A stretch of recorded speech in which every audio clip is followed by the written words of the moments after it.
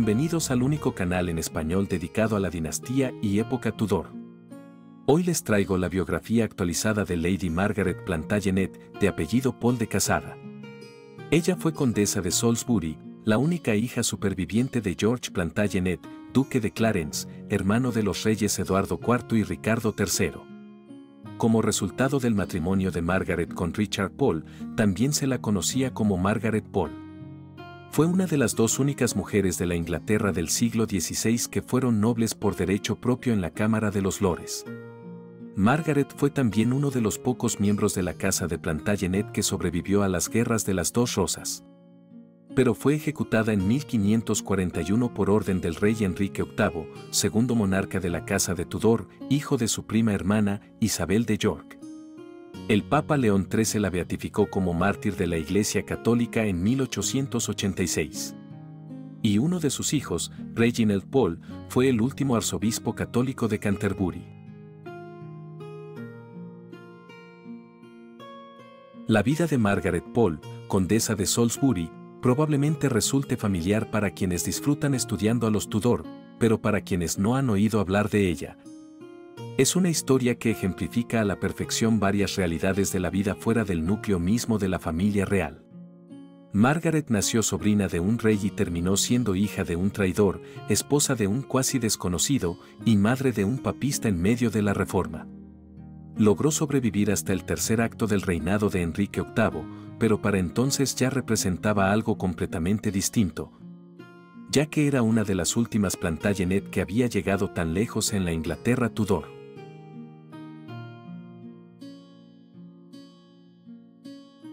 Margaret nació en la cima de la Rueda de la Fortuna, en el castillo de Fairlake, en Somerset, un 14 de agosto de 1473.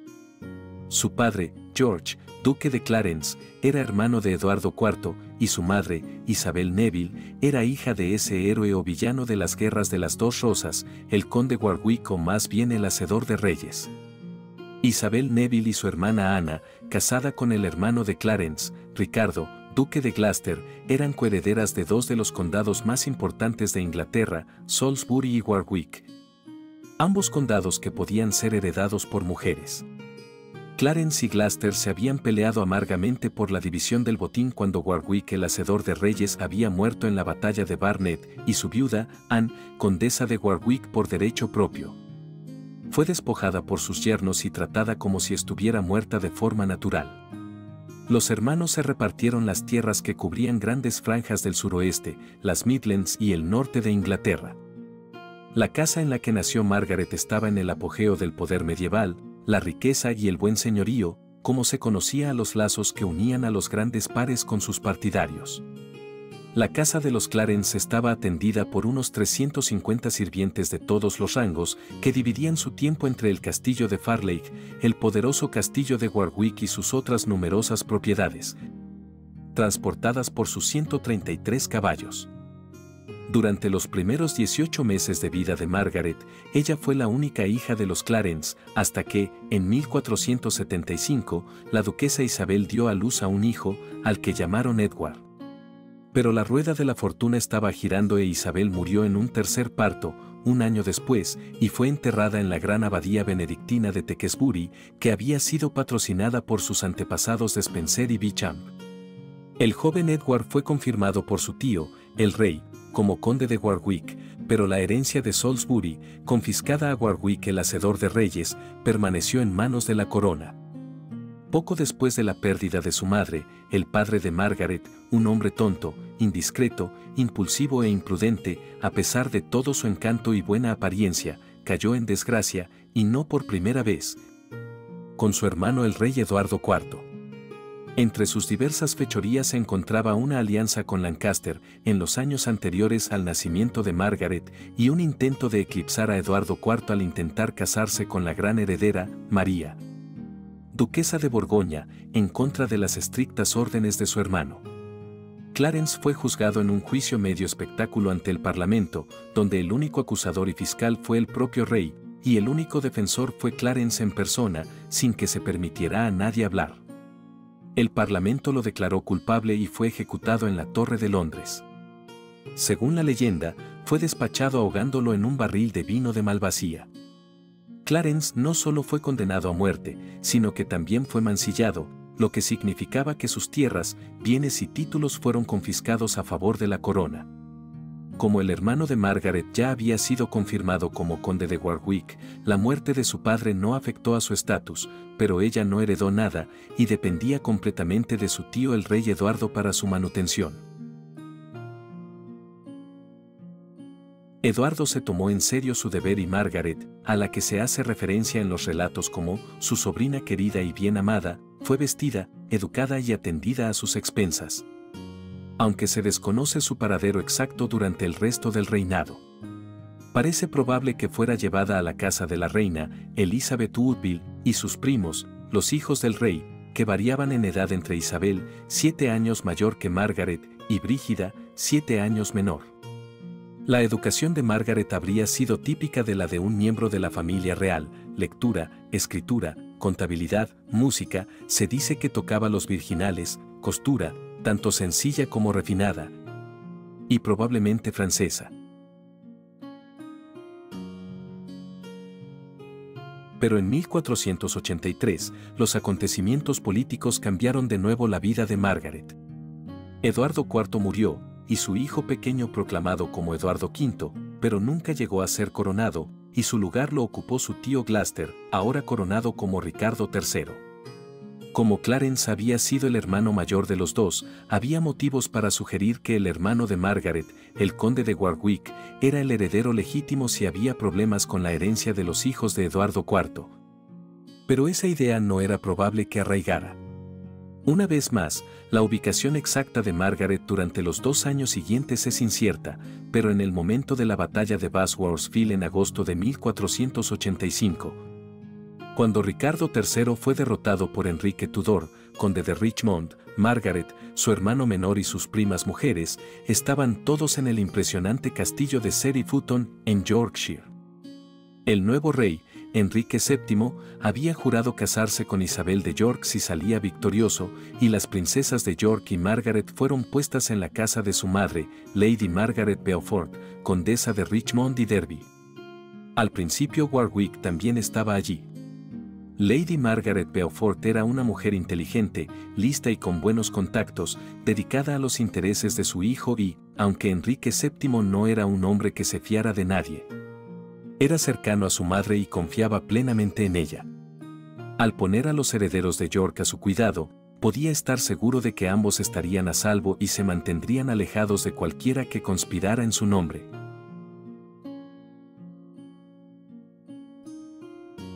En febrero de 1486, Enrique se casó con la prima de Margaret, Isabel, y la primera se convirtió en un miembro importante de su corte.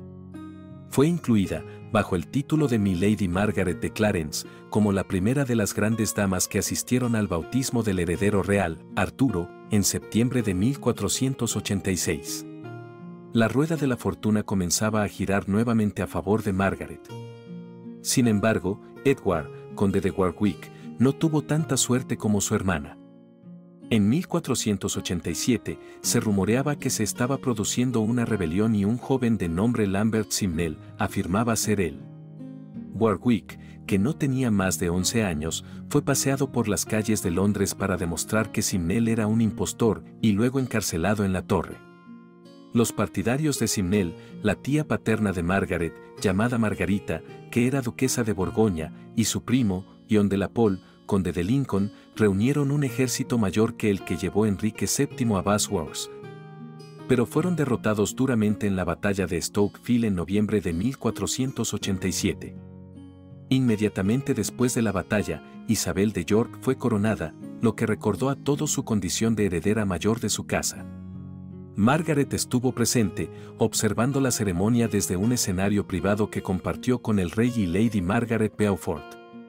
Margaret permaneció en la corte, pero las propiedades de Warwick fueron confiscadas el 30 de noviembre de 1487.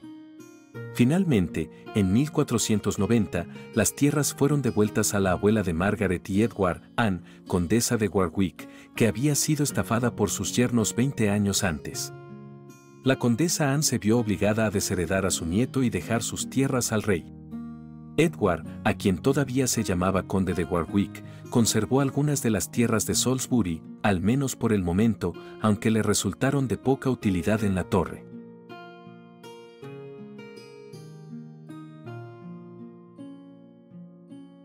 Tras la batalla de Stoke, Enrique VII se mostró más interesado que nunca en evitar cualquier riesgo de que aparecieran herederos yorkistas. Su cuñada, Cicely de York, se casó con el incondicional Tudor John, vizconde de Wells, medio tío de Enrique, y Margaret fue entregada en matrimonio a Sir Richard Pole. La fecha de matrimonio de Margaret y Richard suele darse como 1491, pero su biógrafa, Hazel Pierce, ha defendido de forma excelente que fue en 1487, como resultado de la rebelión de Lambert Simnel. Más tarde se sugirió que Margaret fue despreciada por el matrimonio, es decir, su sangre real se vio manchada por un matrimonio con un hombre de tan baja cuna. Sin embargo, eso no es del todo justo. Sir Richard, nombrado caballero después de la batalla de Stoke, era medio primo de Enrique VII y, aunque no era de sangre real, fue muy favorecido por el rey y le dieron muchos puestos honorables. Sir Richard era unos 15 o 16 años mayor que Margaret. Su padre, Geoffrey, había sido consejero de confianza de Jasper Tudor, conde de Pembroke, y su madre, Edith Sagnon, era la muy querida media hermana de Margaret Beaufort. Sin embargo, Margaret, cuyo padre tenía unos ingresos de 6.000 libras al año, podría haberse sentido un poco descontenta con un marido cuya riqueza en tierras no ascendía a más de 50 libras. Sin embargo, Margaret no tenía dote, por lo que esto supuso una ligera mejora con respecto a la dependencia suya de Enrique e Isabel. Para mantener a su esposa relacionada con la realeza, Sir Richard recibió 2 mansiones más, lo que elevó sus ingresos a la agradable, pero nada principesca suma de 170 libras al año, complementadas con los ingresos de sus diversos cargos. Lamentablemente, no tenemos idea de qué pensó Margaret de su matrimonio. Si lo consideró indigno de ella, o si llegó a disfrutar de la tranquila vida doméstica de vivir en el campo y cuidar de sus hijos. Algunos historiadores, como Tracy Borman, han sostenido que el objetivo de la boda era socavar su estatus, debilitar su derecho al trono inglés y garantizar que se casara con un partidario leal. Horace Walpole reflejó más tarde en su correspondencia que Enrique la había casado con el insignificante Sir Richard Pole, al que llaman caballero galés. Sin embargo, el rey y la reina asistieron a la ceremonia nupcial.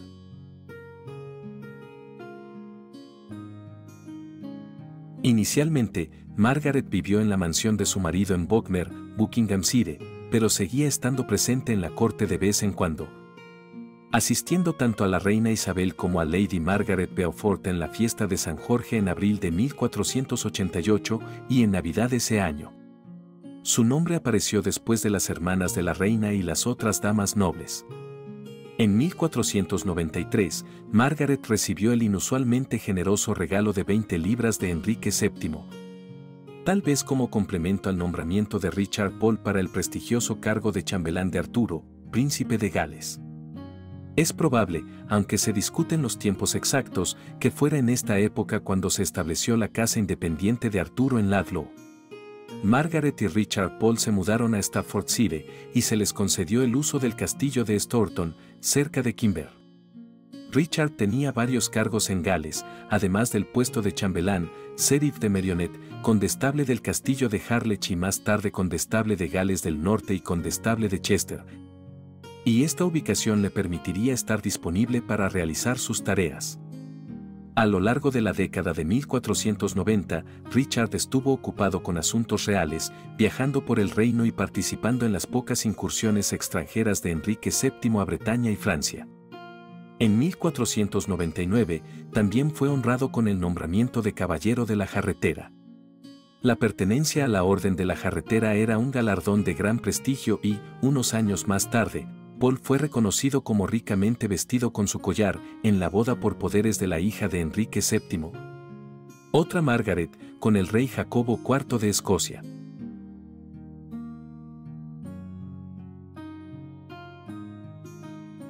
El primer hijo de Margaret había nacido en 1492 y se le llamó, como era de esperar, Henry. Sus 3 hijos siguientes, Arturo, Reginald y Úrsula, nacieron a intervalos hasta 1500 y su último hijo, Geoffrey, en 1504. Es posible que hubiera otra hija que muriera joven.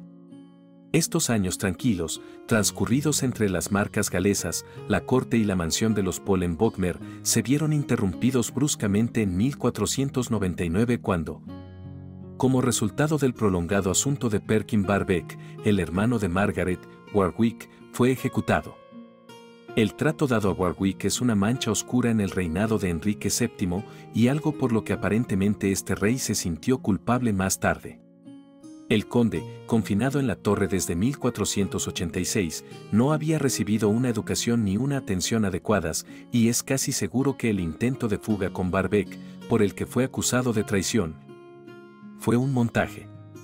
Enrique VII al menos tuvo la gentileza de hacer que Warwick fuera enterrado debidamente en el priorato de Wissam, lugar de descanso de los condes de Salisbury, y pagó el funeral.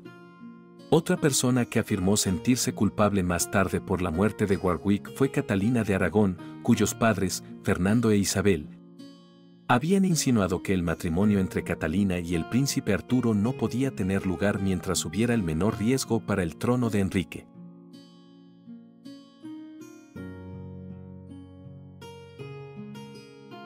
No hay constancia de la reacción de Margaret, pero parece razonable suponer que estaba profundamente afectada por la pérdida de su hermano en circunstancias tan trágicas. Su posterior petición a Enrique VIII para la restauración del condado de Salisbury proclama su creencia de que, si él había sido arrastrado a la traición, fue por inocencia e ignorancia. La acusación de traición a Warwick significó que su herencia fue confiscada, por lo que Margaret, aunque era su heredera, no recibió nada. Fueran cuales fuesen sus sentimientos internos, Margaret tenía un deber que cumplir y pronto tendría uno más agradable. El príncipe Arturo se casó con la princesa española en 1501 y la joven pareja se instaló en Ludlow. Margaret, casi con toda seguridad, se encontraba entre las damas inglesas designadas para atender a la princesa, mientras que su marido seguía en su papel de Lord Chambelán del príncipe Arturo. Tanto si Catalina favorecía a Margaret en un principio, debido a las circunstancias de la muerte de Warwick, como si lo hacía por un afecto genuino, las dos mujeres entablaron una estrecha amistad. A pesar de que Margaret era unos 12 años mayor. Dicha amistad bien pudo haber surgido de la culpa que se decía que sentía Catalina tras conocer las circunstancias de la ejecución del hermano de Margaret. La presencia de esta última en Ludlow, donde residieron Arturo y Catalina durante su breve matrimonio, le dio un asiento en primera fila para lo que más tarde se convertiría en un misterio bastante duradero.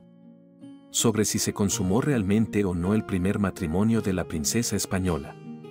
Sorprendentemente, a los 5 meses de haberse casado, Arturo había muerto y la casa real se había desmembrado.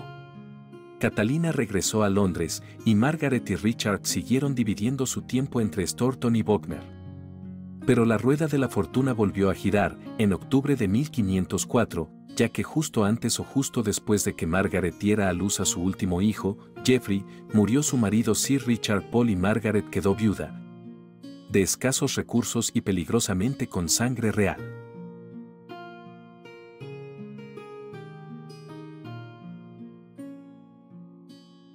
El salario de Sir Richard por los diversos cargos que desempeñaba habría cesado tras su muerte, y los derechos de dote de Margaret no habrían sido más que su derecho consuetudinario de 1/3 de las 170 libras de ingresos por tierras de sus señoríos en Buckinghamshire. Como ella no había aportado dote al matrimonio, es poco probable que hubiera tenido una herencia más generosa. Las tierras en sí estaban en manos del rey, como era costumbre, durante la minoría de edad del heredero, el hijo mayor de Margaret, Henry.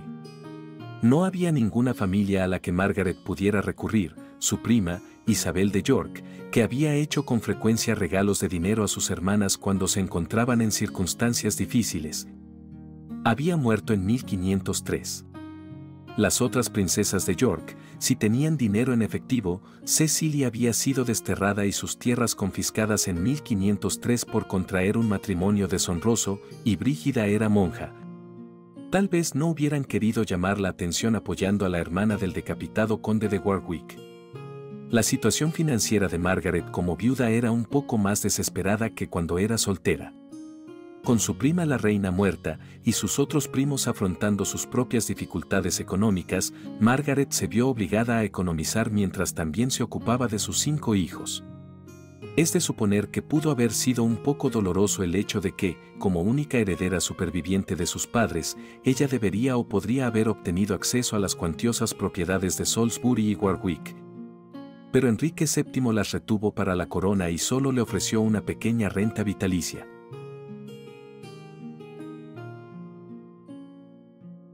Margaret recibió cierto apoyo del amigo de Richard, Charles Somerset, un primo lejano del rey, que le garantizó un préstamo de 40 libras para el funeral y 2 ayudas, bastante a regañadientes, del rey Enrique, que permitió que el préstamo para el funeral se devolviera con los ingresos de las tierras de Paul y le dio algo más de 55 libras para comida y ropa. No parece una cantidad enorme, teniendo en cuenta los años de lealtad que Sir Richard había demostrado a Enrique. Y el hecho de que el rey estaba sentado en las vastas propiedades de Salisbury y Warwick que eran la porción hereditaria de Margaret. Por su parte, Margaret y sus hijos permanecieron en el campo y su tercer vástago, Reginald, fue enviado al monasterio Cartujo de Sein cuando tenía unos 7 años para que se formara en la vida académica. Mientras tanto, la amiga de Margaret, Catalina de Aragón, princesa viuda de Gales, también estaba en apuros y dependía de la caridad poco entusiasta de su suegro. Esta experiencia conjunta de viudez y pobreza demostró ser otro vínculo entre las dos mujeres. Pero, justo cuando las cosas parecían estar en su punto más bajo, la rueda de la fortuna giró de nuevo y Margaret pasó a ser el centro de atención.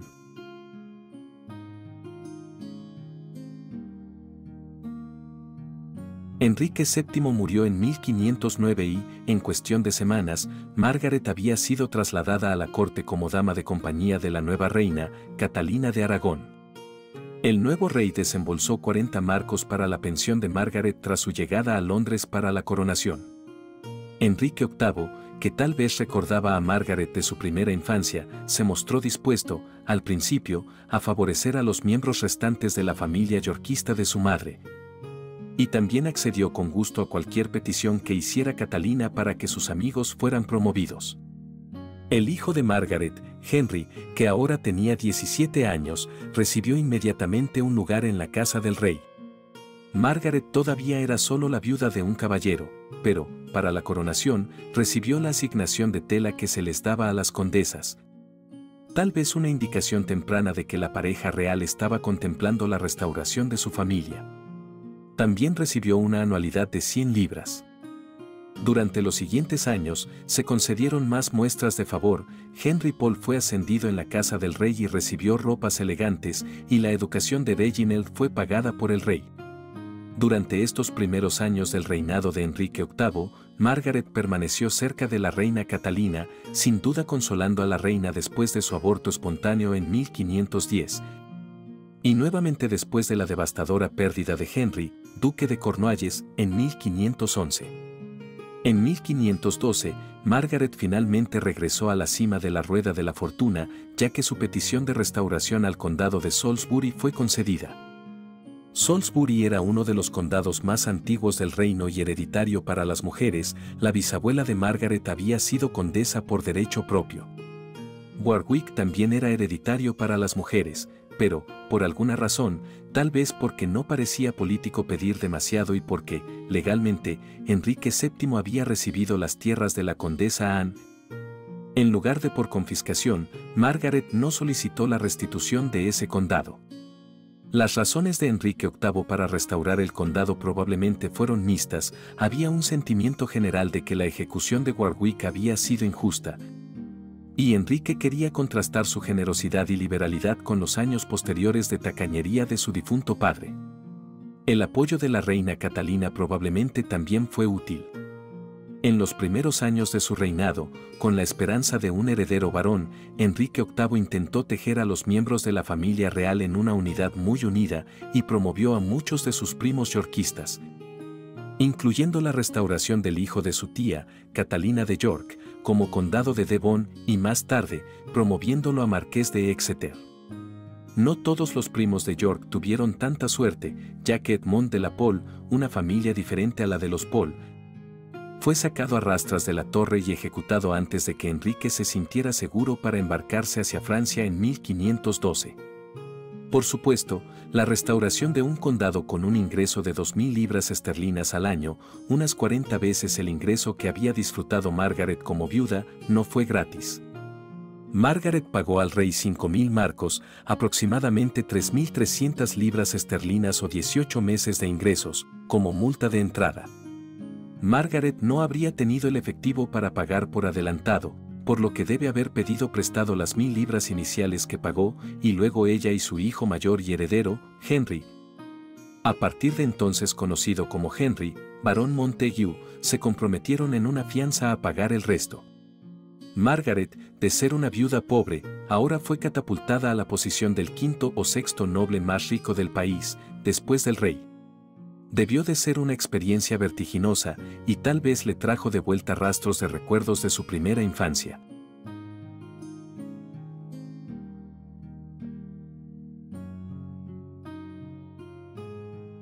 Margaret aceptó con deleite su nueva riqueza y recreó la suntuosa casa feudal de sus padres, con su escudo de armas enyesado, pintado, bordado y grabado en todo lo que permanecía inmóvil el tiempo suficiente, ropa, vajilla, cristales, tapices y mantas para caballos. Tenía una casa en Londres, Le Herbe, ahora bajo la estación de Cannon Street, así como fincas en Clavering, Essex, Bisham, Buckinghamshire y Barblington, en Hampshire, sin olvidar las docenas de mansiones más pequeñas que poseía. A pesar de esta elección de alojamiento, Margaret continuó asistiendo a la corte y, en 1516, recibió el prestigioso honor de ser madrina en la confirmación de la única hija de Enrique y Catalina que vivió más de unas pocas semanas, María, nacida el 18 de febrero de 1516.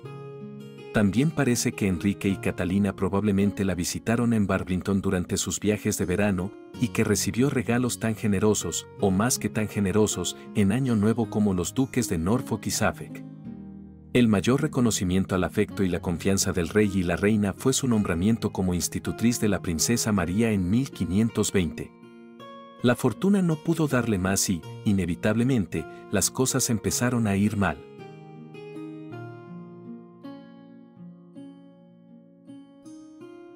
Una vez que Margaret recuperó su herencia, parte de su deber era organizar los mejores matrimonios que pudiera permitirse para sus hijos.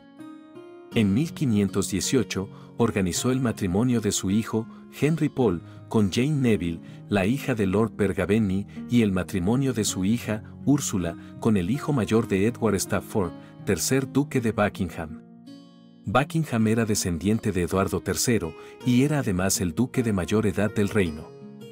Se trataba de un matrimonio espléndido para Úrsula, que, con el tiempo, sería la noble de mayor rango de Inglaterra, después de la reina, la princesa y las hermanas del rey. Margaret debió bailar en la boda con un corazón exultante. Por desgracia, Buckingham no era solo un pariente lejano del rey, sino que tenía toda la arrogancia, el orgullo por su sangre real y el desdén por los rangos inferiores que habían caracterizado a su padre. El duque que se había rebelado contra Ricardo III y al propio padre de Margaret, Clarence. Enrique VIII no era más tolerante con los nobles demasiado poderosos que su tío abuelo y su abuelo, y Buckingham había cometido el error adicional de tratar con desprecio al primer ministro de Enrique VIII, el cardenal Thomas Wolsey. En 1521, Buckingham fue acusado de traición. No parece que estuviera realmente involucrado en ningún complot para derrocar a Enrique VIII, pero se había quejado de advenedizos, había especulado sobre la sucesión, ya que el rey no tenía heredero varón y Buckingham era un posible contendiente al trono, y, propenso a ataques de ira violentos, había hablado sin parar sobre matar al rey. Independientemente de la sustancia de la acusación, Enrique VIII creía que existía una amenaza genuina para él y su casa. Buckingham y sus sirvientes fueron arrestados e interrogados, y también lo fue Henry Paul, Lord Montague. Montague estaba relacionado tanto por ser cuñado del hijo de Buckingham como por ser yerno del propio yerno de Buckingham, Lord Bergavenny. El duque de Buckingham fue ejecutado el 17 de mayo de 1521 y una nube de sospechas se cernió sobre toda la familia Pole. Margaret fue destituida de su cargo de institutriz de la princesa. Después de algunos meses en el destierro, los Pole comenzaron a recuperar el favor de la familia. Montagu fue liberado y elegido para asistir al rey en su reunión con Carlos V en 1522 y Margaret volvió a recibir regalos de Año Nuevo de la reina. Por supuesto, Úrsula se vio privada ahora de la perspectiva de convertirse en duquesa y nunca tuvo un rango superior al de esposa de un varón, con 12 hijos y un ingreso bastante más limitado de lo esperado.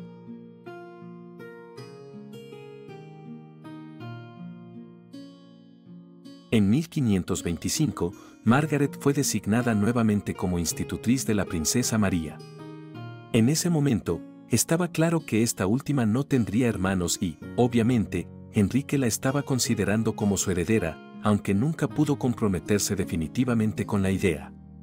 En 1525, María fue enviada al castillo de Ludlow, en las Marcas Galesas, para ocuparse de la corte como princesa de facto de Gales, como lo había sido su tío Arturo en 1501, y su tío abuelo Eduardo V en 1473. María nunca fue investida oficialmente con el título, pero se la mencionaba con el mismo de vez en cuando. Margaret la acompañaba para supervisar la casa, como lo habían hecho ella y Sir Richard Pole en 1501 para el difunto príncipe Arturo. Los deberes de Margaret estaban cuidadosamente documentados.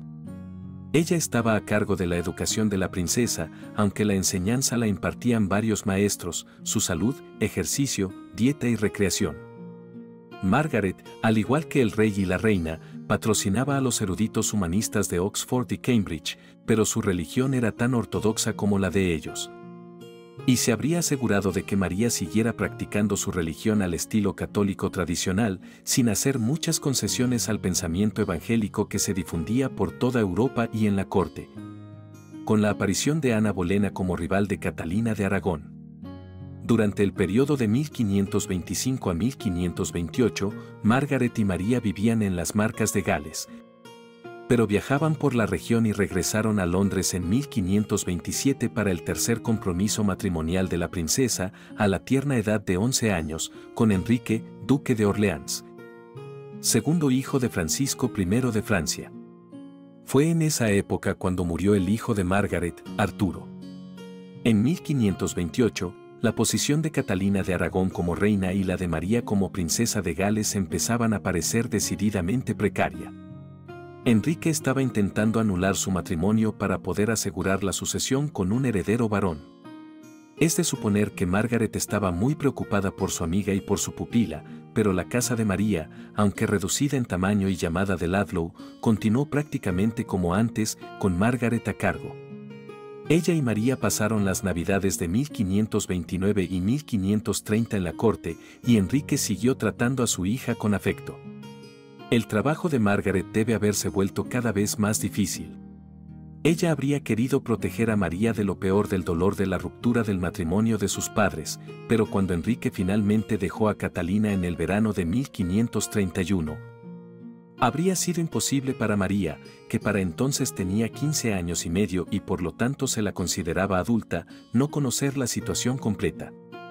Hasta 1533, Margaret no fue llamada a apoyar activamente las acciones de Enrique contra Catalina y la posible desheredación de María, pero en 1533, ella se vio obligada a dar el primer paso cuando llegó una orden de Thomas Cromwell al Lord Chambelán de María, Lord Hussey. Debía entregar las joyas de la princesa junto con un inventario a una tal señora Frances Elmer. Margaret impidió el envío de las joyas tanto como pudo, retrasando la elaboración de un inventario, y luego escribiendo lentamente uno ella misma que ordenó a Hussey y a los demás funcionarios de la casa que firmaran. Aún así, retrasó la entrega, negándose a actuar hasta recibir una orden directa del rey. Lord Hussey excusó su incumplimiento de las órdenes diciéndole a Cromwell que de ninguna manera Margaret entregará a la señora Frances las joyas por cualquier cosa que yo pueda decir o hacer, a menos que os plazca obtener cartas del rey dirigidas a ella con respecto a este asunto.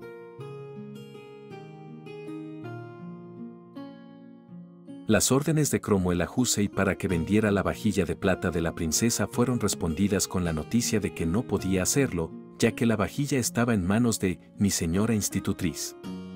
Era imposible, dijo Margaret, que la vajilla se vendiera, ya que se utilizaba con frecuencia y no se podía disponer de ella a menos que se sustituyera. Por supuesto, añadió Margaret, si el rey daba órdenes directamente, ella estará siempre dispuesta a entregarla tras su licencia. Enrique se vio acosado por todas partes por mujeres obstinadas. Ana Bolena exigía a Catalina de Aragón que le entregara los vestidos de bautizo utilizados para sus hijos, petición de mal gusto que Catalina rechazó indignada. María se negaba a aceptar la validez del nuevo matrimonio de Enrique y su degradación a princesa de Gales, que se produjo en septiembre de 1533. Y Margaret estaba haciendo un gran esfuerzo para cumplir cualquier orden. Casi se puede uno compadecer de ese rey barba azul. Enfadado y frustrado, pero todavía cariñoso con su hija, Enrique reaccionó a la desobediencia de María eliminando a quienes la rodeaban y a quienes podía culpar de su obstinación.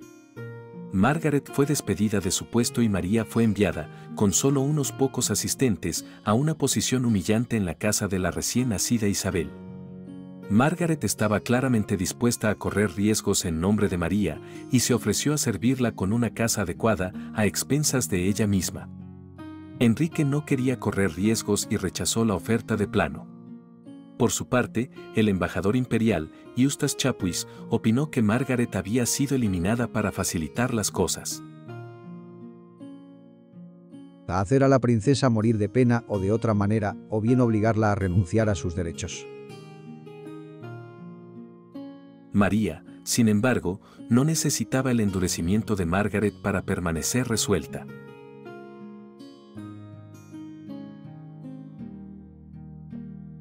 Enrique siguió guardando rencor hacia Margaret y, en 1535, cuando Chapuis sugirió que se la volviera a nombrar institutriz, el rey habló de ella con desprecio, diciendo que la condesa es una tonta, sin experiencia. Margaret había molestado a Enrique no solo por su apoyo a María y Catalina, sino por persistir imprudentemente en una discusión sobre derechos territoriales.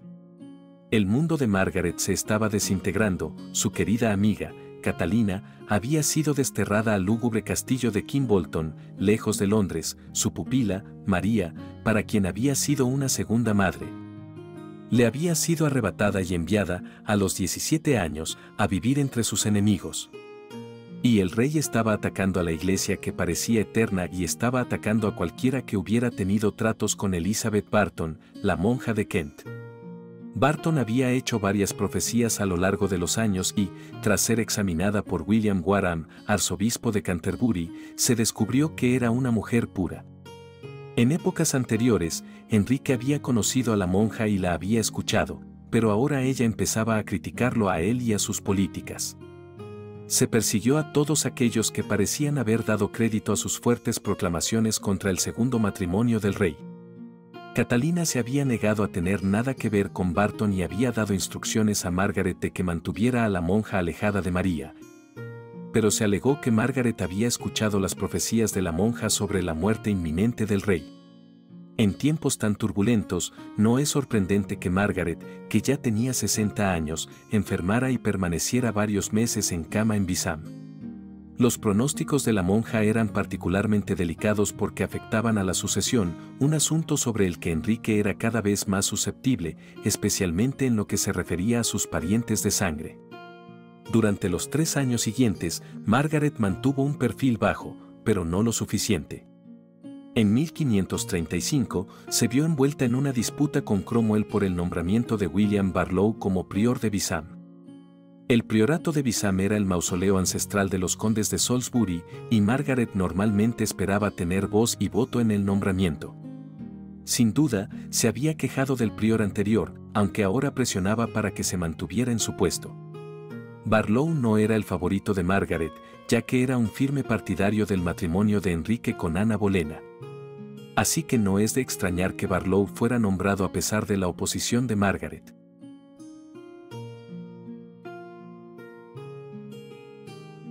En 1536, la rueda de la fortuna pareció empezar a girar de nuevo a favor de Margaret. Ana Bolena cayó en desgracia y fue ejecutada, y la tercera esposa de Enrique era una fuerte simpatizante de su hija mayor, ahora degradada de princesa María a mera Lady María. Margaret reapareció en la corte en junio de 1536, pero el precio de la rehabilitación y el perdón de María fue la aceptación de que el matrimonio de sus padres había sido inválido. Finalmente, la joven se vio obligada a aceptar el acta de supremacía y tragó la amarga píldora el 22 de junio de 1536. Se creía que, con este cambio de reina y el regreso de María a la corte, la influencia de Margaret aumentaría y se le empezó a pedir favores como antes, pero la fortuna sonrió, solo para derribar a Margaret por los suelos. Reginald Pole, su hijo, había estado estudiando en Europa a expensas de Enrique durante muchos años. En los círculos eclesiásticos estaba muy bien considerado como erudito, hombre de vida sobria y, por supuesto, primo del rey de Inglaterra. Era una figura muy influyente en Roma y, tras haber estudiado el asunto del matrimonio de Enrique y Catalina, en un principio pareció estar a favor de la anulación. No hizo ninguna declaración definitiva a principios de la década de 1530, a pesar de que le ofrecieron el arzobispado de York, pero luego, en octubre de 1535, escribió a Cromwell pidiéndole que le asegurara a su Alteza mi disposición a prestarle servicio en todo momento. Obviamente, Enrique tomó esto como una señal de que Reginald estaba a punto de declararse a su favor, por lo que la llegada de una segunda carta abierta, titulada de Unitate, en junio de 1536, fue el equivalente Tudor de una bomba. Reginald se refería a Enrique como un ladrón, asesino y mayor enemigo del cristianismo que el turco. No solo eso, él llamó activamente a Carlos V y a Francisco I para que invadieran el reino y depusieran a Enrique. La primera noticia que tuvo Margaret de esta misiva incendiaria fue cuando fue convocada a la presencia del rey, y él le contó en persona el comportamiento escandaloso, traidor, desagradecido, perverso e ignorante de su hijo. No hay registro, por supuesto, de la conversación real, pero podemos imaginar la furia de Enrique. Estaba fuera de sí de rabia, y como se ha dicho, la ira de un príncipe es la muerte. Margaret consultó inmediatamente con su hijo mayor, Henry, Lord Montague, sobre el mejor curso de acción que podía tomar la familia. Margaret y Montague sin duda estaban genuinamente horrorizados de que Reginald hubiera proferido insultos tan atroces contra el rey. Incluso si, en sus corazones, se oponían al divorcio y tal vez también a la supremacía real, aunque no hay indicios de que hubieran puesto ninguna dificultad en el asunto por motivos religiosos. El rey seguía siendo un ser casi sagrado. Insultarle era un acto de desobediencia escandaloso. Montague y Margaret eran muy conscientes de que la traición era un miasma que podía envolver a una familia entera. Decidieron informar a todos sus sirvientes de que Reginald era un traidor y que debía ser denunciado ante las autoridades si llegaba a Inglaterra. Se dice que Margaret consideró a su hijo un traidor y no un hijo, y que nunca lo tomaría de otra manera. El rey quería más, por lo que Margaret escribió directamente a Reginald, diciéndole que no podía soportar la ira del rey. Él debería y tomar otro camino y servir a nuestro amo como es tu deber ineludible hacerlo, a menos que quiera hacer la perdición de tu madre.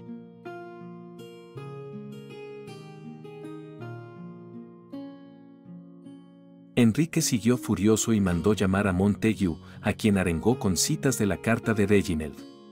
Montague escribió a su hermano enfadado y frustrado, diciéndole que no visitara al Papa, como había oído que Reginald planeaba, y señalando que aprendiendo, es posible que no tengas ni prudencia ni piedad. Si Reginald continuaba con su insensatez, Montague lo renegaría. Margaret se retiró de la corte. Aunque María había recuperado la buena voluntad del rey y se le había permitido elegir a los miembros de su nueva casa, no había lugar para Margaret en ella. Habiendo capitulado y aceptado la anulación, María tuvo más sentido común que provocar de nuevo a su padre. Margaret y su ahijada intercambiaron regalos en Año Nuevo, aunque, significativamente, no hubo regalos del rey, pero no volvieron a verse. La condesa tenía 60 años y tal vez estaba contenta con una vida más retirada. Aunque todavía participaba muy activamente en la gestión de sus propiedades y se mantenía ocupada con el asunto de educar a sus nietas y prepararlas para que fueran grandes damas a su vez. Pero lamentablemente, este retiro tranquilo no duró mucho.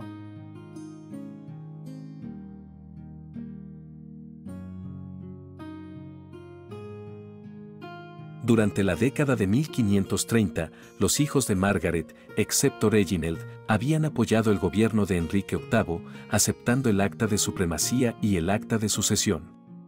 Incluso después de la pesadilla de la carta de Reginald de 1536, Montagu se mantuvo al lado de Enrique.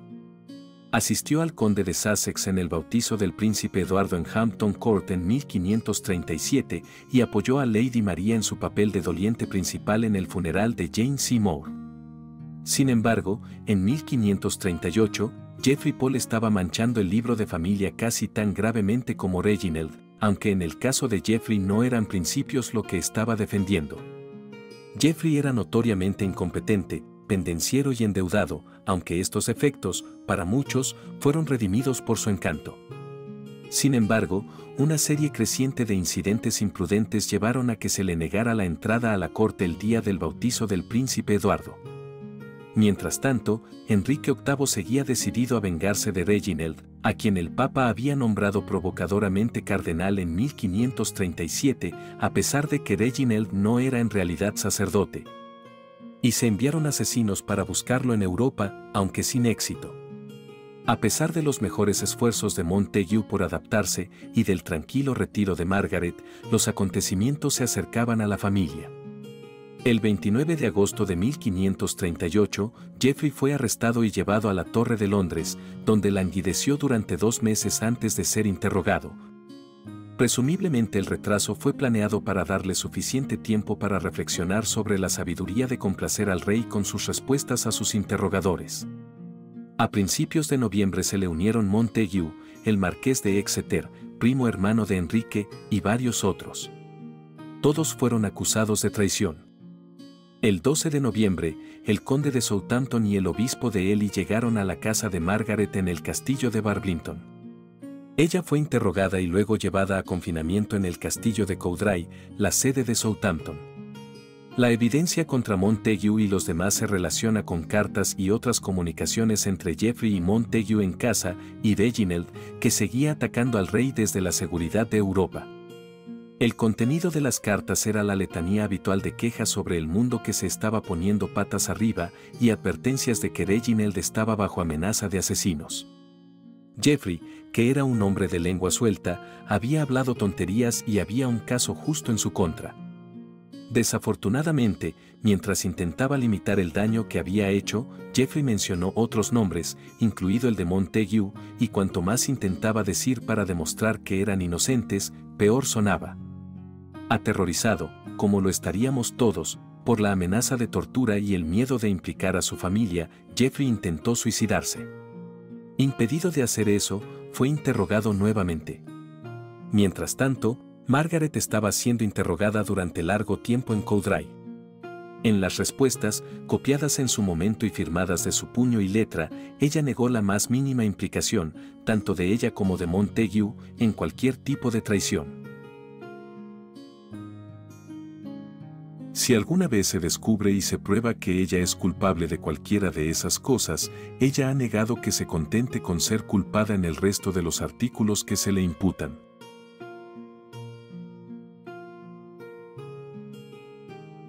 Negó absolutamente que hubiera recibido cartas de Reginald. Hay una que aparentemente él le escribió, pero fue enviada a Montagu, por lo que es posible que no la haya recibido. También negó haber oído hablar de la destrucción de otras cartas o haber oído a sus hijos hacer comentarios sobre que el mundo se había puesto patas arriba. Tampoco había oído nunca a Geoffrey o a Montagu decir que querían unirse a Reginald, aunque admitió que sabía que Reginald había escapado de los asesinos, algo por lo que ella por piedad maternal se alegró. Sus interrogadores se maravillaron de su tenacidad y probablemente la creyeron. El conde de Southampton escribió a Cromwell: o sus hijos no la han hecho partícipe de lo más profundo de sus estómagos, o bien es la traidora más descarada que jamás haya existido.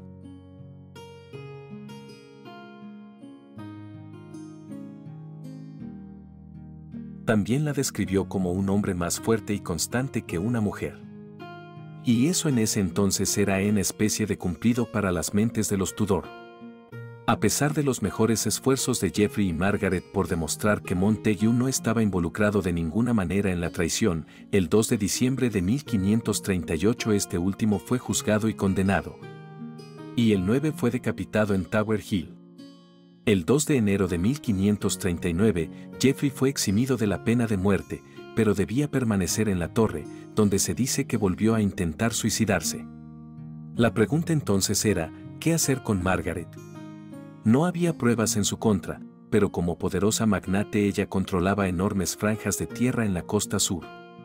Con los temores muy reales de una invasión por parte de Francia o del Imperio, hubiera sido una temeridad dejarla libre. En mayo de 1539 se aprobó una ley de proscripción contra ella, que le confiscaba el condado y la degradaba una vez más a Lady Margaret Pole. Southampton y su esposa estaban hartos de tenerla retenida en su casa de Coudray. Margaret sabía claramente cómo hacerse desagradable y difícil, y Lady Southampton se negó a quedarse sola con ella. De ninguna manera se quedaría detrás de mí, estando la susodicha dama en mi casa. El 20 de noviembre de 1540, Margaret había sido enviada a la torre, y ella y el hijo pequeño de Montague no fueron incluidos en el indulto general emitido en 1540. La esposa de Exeter, que tenía más participación en el asunto que la condesa, había sido indultada y se le había otorgado un ingreso. Por lo que no es descabellado suponer que parte de la razón del continuo encarcelamiento de Margaret era el desagrado personal del rey por ella y el deseo de venganza contra su hijo Reginald Pole. Sin embargo, mientras estuvo en la torre, Enrique pagó sumas razonables para el sustento de Margaret y el salario de su doncella.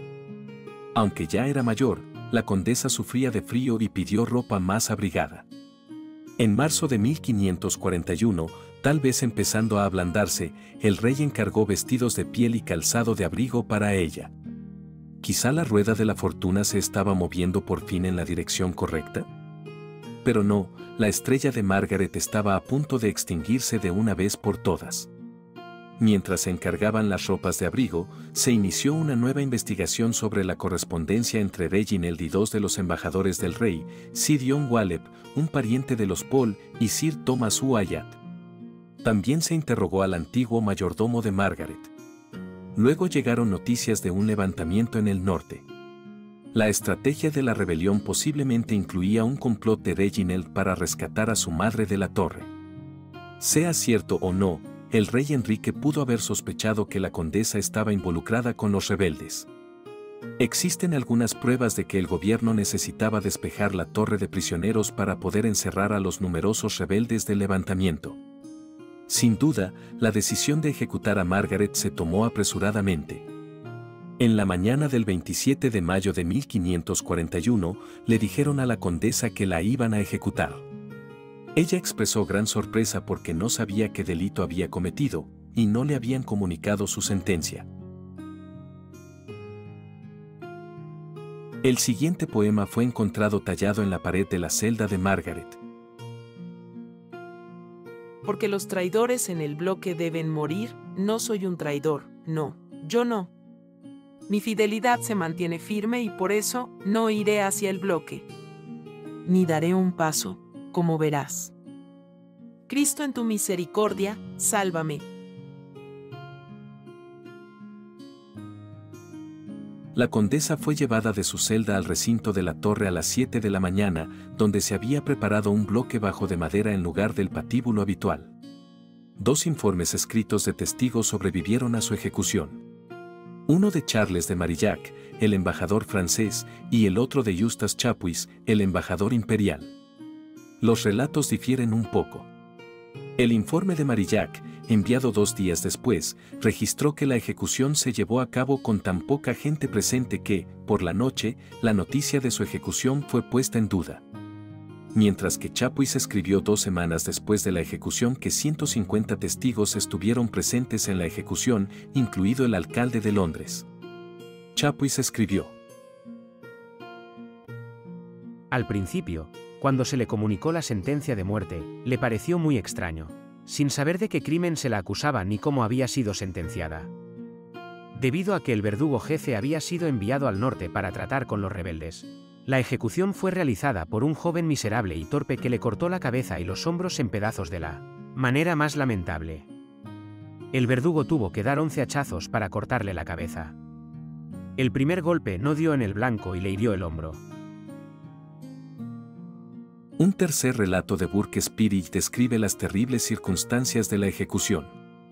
Se afirma que Margaret se negó a poner su cabeza en el tajo, diciendo: Así deben hacerlo los traidores, y yo no soy ningún traidor. Ella encomendó su alma a Dios y pidió a los presentes que rezaran por el rey, el príncipe y la princesa María. Recordando a la ahijada que había sido tan querida para ella, envió su bendición y pidió la de María a cambio. Los guardias se estaban poniendo nerviosos, por lo que le dijeron que se apresurara y pusiera su cuello en el bloque. Según el relato, ella giró la cabeza en todas direcciones, dando instrucciones al verdugo de que, si quería su cabeza, la tomara como pudiera. La caída de la familia Paul había sido espectacular. Margaret fue enterrada en la capilla de San Pedro a de Vincula, dentro de los confines de la torre. Su hijo Henry también había sido enterrado allí.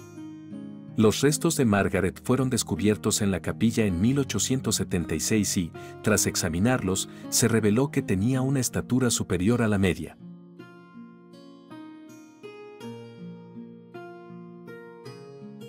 La reacción de su hijo Reginald ante su muerte fue declararla mártir que había muerto por su fe.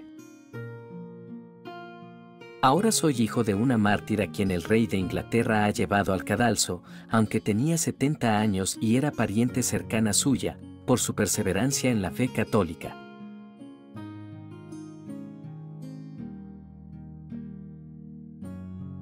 Esta era la creencia de su hijo en ese momento, pero, aunque uno duda en cuestionar la opinión aceptada de que Margaret murió por su fe, no hay evidencia alguna de que alguna vez desafiara seriamente los cambios religiosos de Enrique VIII.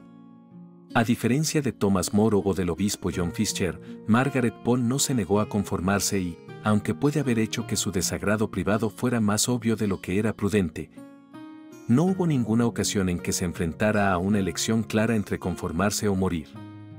La injusticia de su muerte radica en el hecho mismo de que ella era obviamente inocente de todos los cargos de traición que atraparon a sus hijos.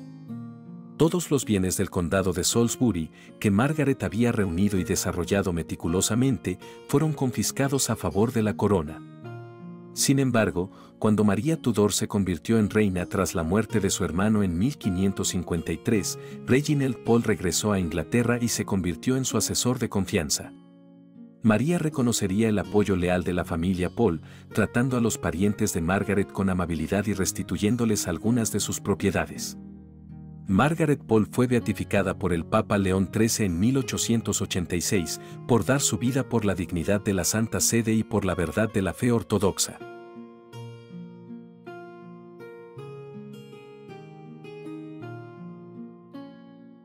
Margaret Pole, octava condesa de Salisbury, fue una mujer atrapada entre dos dinastías, cuya vida estuvo marcada por el privilegio, la persecución y en última instancia un final trágico. Su linaje y lealtad a la fe católica la convirtieron en una figura poderosa pero peligrosa para los Tudor, culminando en su injusta ejecución en 1541. ¿Crees que Margaret fue una víctima de su linaje o de las intrigas políticas de su tiempo? ¿Cómo habría cambiado su destino en una Inglaterra más tolerante? Si disfrutaste este video y quieres seguir explorando las vidas y los misterios de la dinastía Tudor y sus contemporáneos, no olvides suscribirte a este canal y activar la campanita para no perderte nuestro próximo contenido. Además, te invito a unirte a nuestras membresías para apoyar este proyecto y acceder a contenido exclusivo, incluyendo estrenos anticipados, curiosidades inéditas y mucho más. Gracias por acompañarme en este recorrido por la historia. Nos vemos en el próximo capítulo. Hasta la próxima.